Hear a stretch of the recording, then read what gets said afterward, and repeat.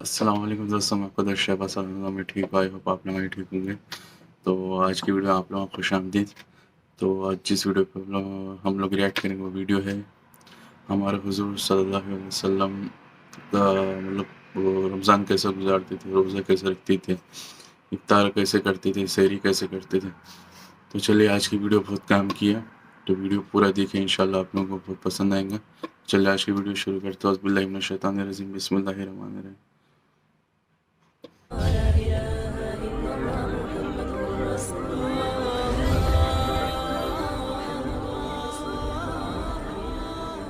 السلام علیکم پیارے دوستو، اللہ کے پیارے نبی حضرت محمد مصطفیٰ صلی اللہ تعالیٰ علیہ وسلم نے اپنی حیات زندگی میں 9 رمضان دیکھے ہیں، یعنی کہ 9 رمضان گزارے ہیں۔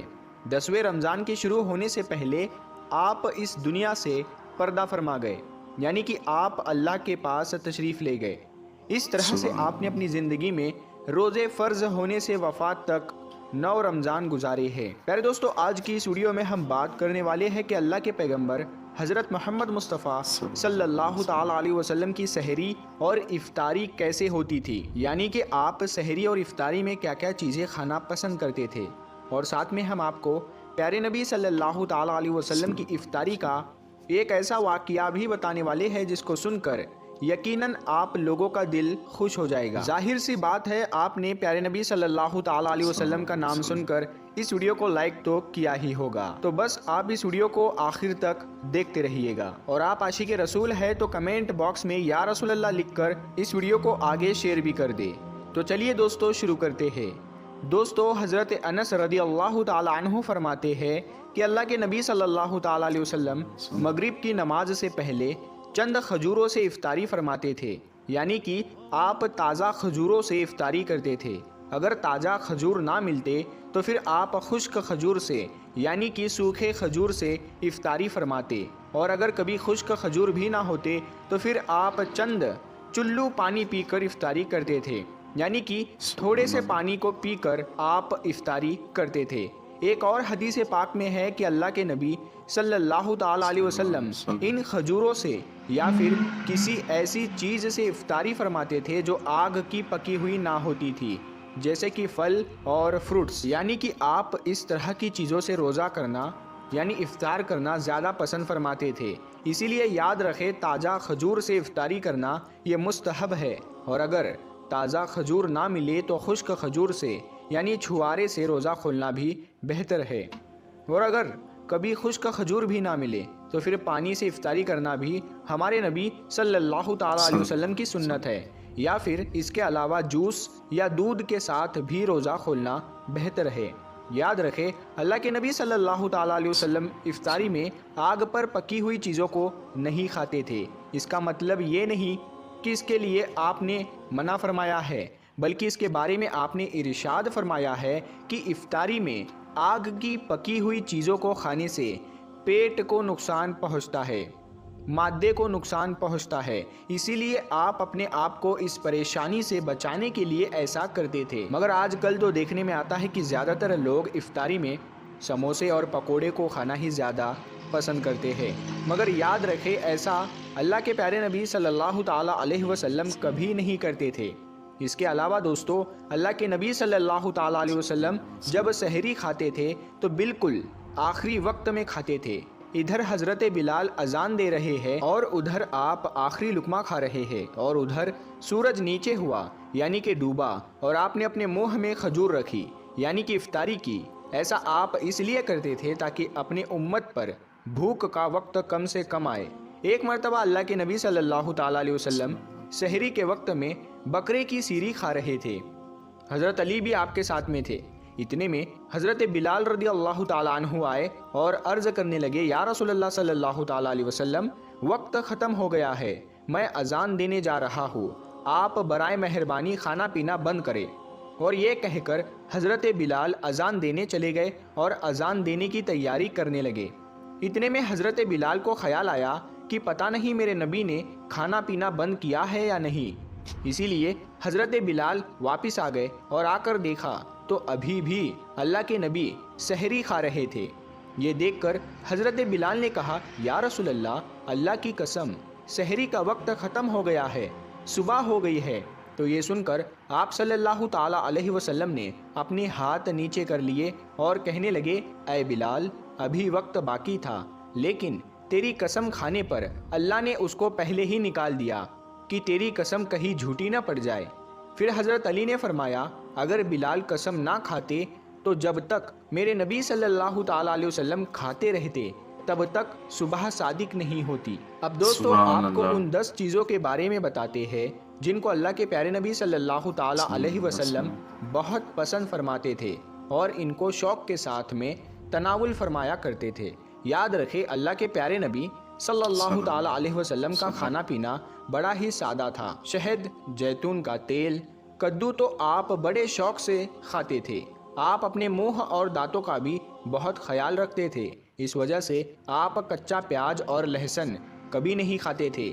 آپ پیاز اور لہسن کو ان کی بدبو کی وجہ سے ناپسند فرماتے تھے۔ یاد رکھے، اللہ کے رسول صلی اللہ تعالیٰ علیہ وسلم کو اگر کوئی چیز یا کوئی کھانا پینا پسند نہ ہوتا تو آپ اس کو چھوڑ دیتے تھے، یعنی کہ اس کو نہیں کھاتے تھے، مگر اس چیز کو آپ برا نہیں کہتے تھے۔ حدیث پاک میں ہے کہ اللہ کے نبی صلی اللہ تعالیٰ علیہ وسلم کی عادت مبارکہ تھی کہ آپ کو جس قسم کا بھی کھانا مل جاتا تھا آپ اس کو تناول فرما لیتے تھے، یعنی کہ آپ وہ تمام کھانے جو خدا نے حلال کیے ہیں اس کو تناول فرما لیتے تھے۔ مگر یہ 10 چیزیں اللہ کے نبی کو بہت زیادہ پسند تھی، ان کو آپ بڑے ہی شوق کے ساتھ تناول فرماتے تھے۔ نمبر 1، کھجور۔ دوستو، اللہ کے پیارے نبی حضرت محمد صلی اللہ تعالیٰ علیہ وسلم کو کھجور سب سے زیادہ پسند تھی۔ آپ چند کھجوروں سے افطاری فرماتے تھے، یعنی کہ تازہ کھجوروں سے آپ افطاری کرتے تھے۔ اگر تازہ کھجور نہ ملتی تو پھر آپ خشک کھجور سے افطاری کرتے تھے، اور اگر خشک کھجور بھی نہ ملتی تو پھر آپ پانی سے افطاری کرتے تھے۔ کھجوروں میں سب سے زیادہ آپ کو اجوا کھجور سب سے زیادہ پسند تھی۔ آپ صلی اللہ تعالیٰ علیہ وسلم نے فرمایا کہ جس گھر میں کھجور ہوتے ہیں اس گھر میں کبھی بھی فاقہ نہیں ہوتا ہے۔ نمبر 2، انگور۔ دوستو، اللہ کے پیارے نبی حضرت محمد صلی اللہ تعالیٰ علیہ وسلم کو انگور کھانا بھی بہت پسند تھا، یعنی کہ آپ انگور کو بڑے ہی شوق کے ساتھ میں کھاتے تھے، کیونکہ اگر انسانی صحت کے لیے بھی ایک یہ بہت ہی فائدہ مند پھل ہے۔ نمبر 3، انار۔ دوستو، پیارے نبی صلی اللہ تعالیٰ علیہ وسلم کو انار کھانا بھی بہت زیادہ پسند تھا۔ آپ انار کو بھی بڑے شوق کے ساتھ میں کھاتے تھے۔ آپ نے فرمایا کہ انار جنت کے پھلوں میں سے ایک پھل ہے۔ نمبر 4، انجیر۔